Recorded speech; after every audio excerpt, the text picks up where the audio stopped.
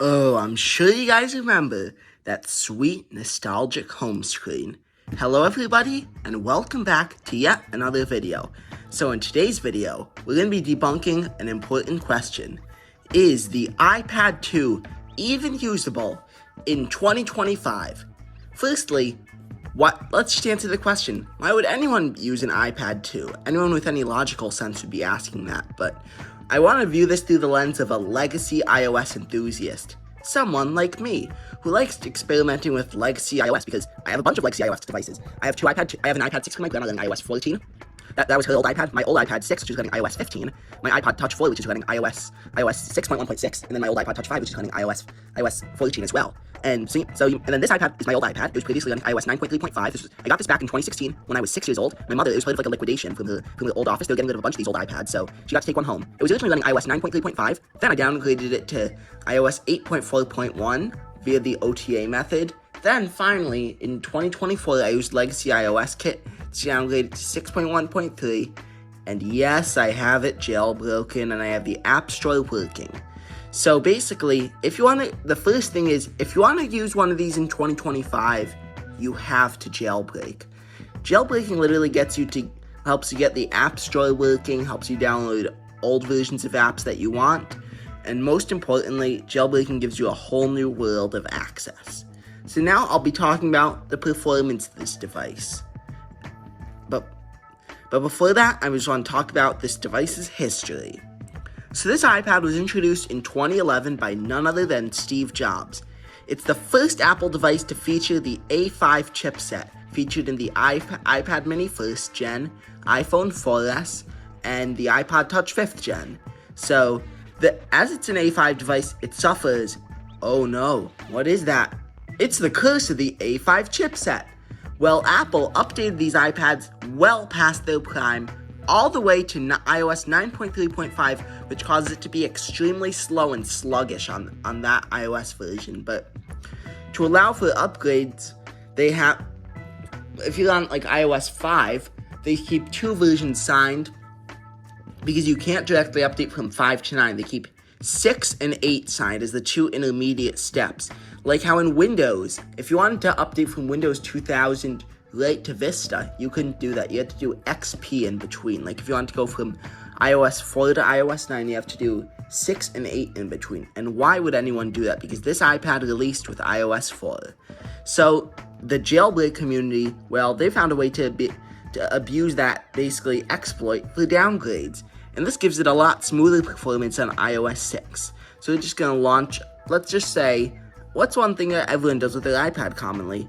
Go to the App Store. So we're going to launch that. It does take a little while, but it's pretty quick. So here's my purchases tab, because I got the App Store working again, and then you can download old versions of your apps. Also, Safari launches pretty quickly. You can even get on YouTube, which I'll discuss later in like the app compatibility. So I'd say this iPad performs quite well on iOS 6. I'm sure you guys remember that nostalgic old Safari interface. And then before I get because they showed me a recommended Minecraft movie thing, before I get the like crazy comments about it. So I have a pretty good amount of apps installed on here, like some light games like Geometry Dash and Flow Free and Candy Crush. Those are 2 taxing on the A5 chipset. They don't usually crash because it has 512 megs of RAM, which is ideal for running iOS games of this time period, not any modern games. Like, I know, like on my iPod Touch 5, not my iPod Touch 5, my iPod Touch 4, it struggles to load a YouTube video because it has an extremely underpowered A4 chip, which is using the iPhone 4 and only 256 megs of RAM. That's also jailbroken on iOS 6.1.6. And if you're asking, why do I have the iOS 13 wallpaper? Well, the answer is because I like it. Now we're just going to get into the usability of the apps. Well, since this is an outdated iPad running outdated software, most of the apps are pretty outdated here. The good news is, unfortunately, iCloud is broken on this version of iOS, but you can jailbreak to sign in. I don't want to show any of you guys my messages, so I'm just going to close out of that because I used to have this signed into my iCloud, but I logged out of that. Some apps absolutely do not work without a jailbreak, like the App Store and Apple Maps, but there are alternatives. If you jailbreak and get the App Store working with the necessary tweaks, or if you want, you can use the install AppSync Unified. I know there are alternate repositories when Karen's repo is down. To let you install AppSync Unified to install cracked IPAs, then you can install Vedus from Electamon's repo, and then that allows you to download all these amazing apps. Because older versions of the iWork suite run wonderfully. Like, look, this is an old version of Pages. I'm sure you remember all that classic linen. It views documents pretty well, and you can even edit documents. Hello? And it works pretty well for like pages, numbers, and Keynote. Basic video editing is possible with iMovie. But look at that old nostalgic iMovie interface. It's probably nostalgic for some of you guys, but I never usually remember using this version of iMovie that much. Same thing, music production with GarageBand, and then for games, the latest compatible version always usually works. Same thing with like GasBuddy, Flight Radar 24, Google, and Google Maps. If you want to use a Maps app on this thing, it's best to use Google Maps because you can still search addresses because Google Maps servers are still up. Now, apps that do not work, like even without jailbreak tweaks do not exist. Like Duolingo. Duolingo doesn't work on this version of iOS. You can jailbreak on iOS 8.x to get Duolingo working. Most of these apps do work with a jailbreak. Game Center works. Previously, Game Center wasn't working, but then Apple just randomly got it working again. Music works great. You can search and play a song just fine. So let's just go into my music that won't land me in jail, and let's give it a quick test. Which one? Scarlet Fire. So it's pretty good as a music player. Like if you have music synced to there. Same thing with videos. If you have offline videos on here, email works as well as long as you're signed in like with your iCloud and you got a jailbreak first. Then finally, Safari. But mainly, if you just mainly watch YouTube, Safari works well. You can search and play a YouTube video, but other websites don't load so well. Let's try old Reddit. Even old Reddit doesn't load.